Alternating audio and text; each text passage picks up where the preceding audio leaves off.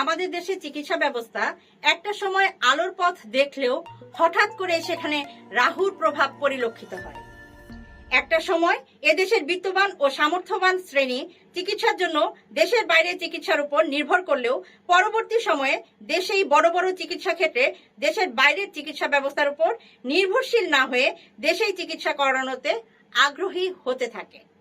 কিন্তু দুঃখজনক হলেও সত্য, কিছু অসাধু ব্যবসায়ী ও চিকিৎসকদের অসততায় আজ দেশের চিকিৎসা ব্যবস্থা এক রাক্ষসপুরীতে পরিণত হয়েছে। দেশের চিকিৎসা ব্যবস্থার আলোক উজ্জ্বল সময়গুলোতে এক শ্রেণীর অসাধু ব্যবসায়ীরা ভুয়া চিকিৎসকের সৃষ্টি এবং তাদের দ্বারা সহজ সরল রোগী ও রোগীর লোকজন প্রতারিত হচ্ছে। আইন শৃঙ্খলা বাহিনীর অভিযানে বহুবার ভুয়া চিকিৎসকের কর্মকাণ্ড উন্মোচিত হয়েছে এবং ভুয়া ডাক্তাররা গ্রেফতারও হয়েছে। কিন্তু পরবর্তীতে পরিস্থিতি বুঝে আইনের ফাঁক ফোকর দিয়ে এসব ভুয়া চিকিৎসক ও ব্যবসায়ীরা বের হয়ে আগের সেই জায়গাতে গিয়ে ভিন্ন রূপে প্রতারণা শুরু করে আসছে চিকিৎসা ক্ষেত্রে। সম্প্রতি কিশোরগঞ্জের হোসেনপুরে মায়ের জন্য রাখা ইঞ্জেকশন নবজাতকের শরীরে পুশ করার অভিযোগ উঠেছে। ঈদের পরদিন গত রবিবার দুপুরে এ ঘটনা ঘটে। পরে শিশুটিকে জেলা শহরের সৈয়দ নজরুল ইসলাম মেডিকেল কলেজ হাসপাতালে পাঠানো হয়। সেখানে চিকিৎসকদের চেষ্টায় আশঙ্কা মুক্ত হয়ে শিশুটি বাড়ি ফিরেছে। সংশ্লিষ্ট সূত্র জানায়, শিশুটির বাবা হোসেনপুরের আড়াইবাড়িয়া এলাকার বাসিন্দা সোহেল রানা নরসিংদীর একটি ডাইং কারখানায় কর্মরত। রবিবার হোসেনপুরের মডার্ন হাসপাতাল নামক একটি প্রাইভেট ক্লিনিকে সোহেলের স্ত্রী তন্নি আক্তার সিজারের মাধ্যমে একটি মেয়ে সন্তানের জন্ম দেন। সিজার করেন ক্লিনিকের মালিক শাহিন সুলতানা মীরা।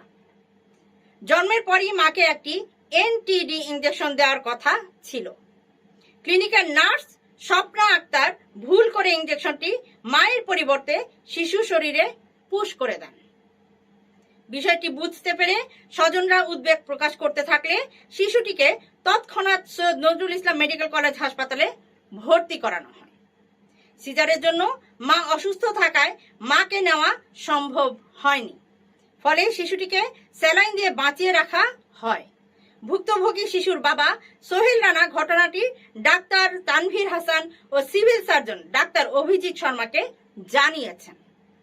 এ ব্যাপারে বক্তব্য জানতে হাসপাতালের মালিক শাহিন সুলতানার সাথে যোগাযোগের চেষ্টা করা হলেও কোনো সাড়া পাওয়া সম্ভব হয়নি। জনসাধারণের প্রত্যাশা, যে বা যারা চিকিৎসক বা নার্স নন তারা যদি প্রতারণার মাধ্যমে চিকিৎসকের লেবাসধারী হয়ে চিকিৎসা প্রদান করেন তাহলে রোগীদের জীবন কোনো অবস্থাতেই নিরাপদ নয়।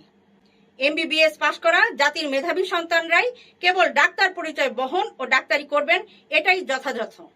কিন্তু 8 পাস বা এসএসসি পাশ করা ব্যক্তিরা যদি অবলীলায় নামের পূর্বে ডাক্তার লেখেন বা ডাক্তার পরিচয় দেন তাহলে পরিস্থিতি কতটুকু ভয়াবহ তা সহজেই অনুমেয়। চিকিৎসা ব্যবস্থায় এখানেই প্রতারণার শেষ নেই। এক শ্রেণীর দেশদ্রোহীরা জীবন রক্ষাকারী ঔষধে ভেজাল মিশ্রণ করছেন বা ভেজাল মিশ্রণ ঔষধ তৈরি করছে, যা কোনোভাবেই কাম্য নয়। আমাদের চিকিৎসা ব্যবস্থা সত্যিকার অর্থে বিশ্বমানের, আর এমন অবস্থান ধরে রাখতে ভুয়া ডাক্তার ও ভেজাল ঔষধ নির্মূল করার প্রয়াস এখন সময়ের দাবি।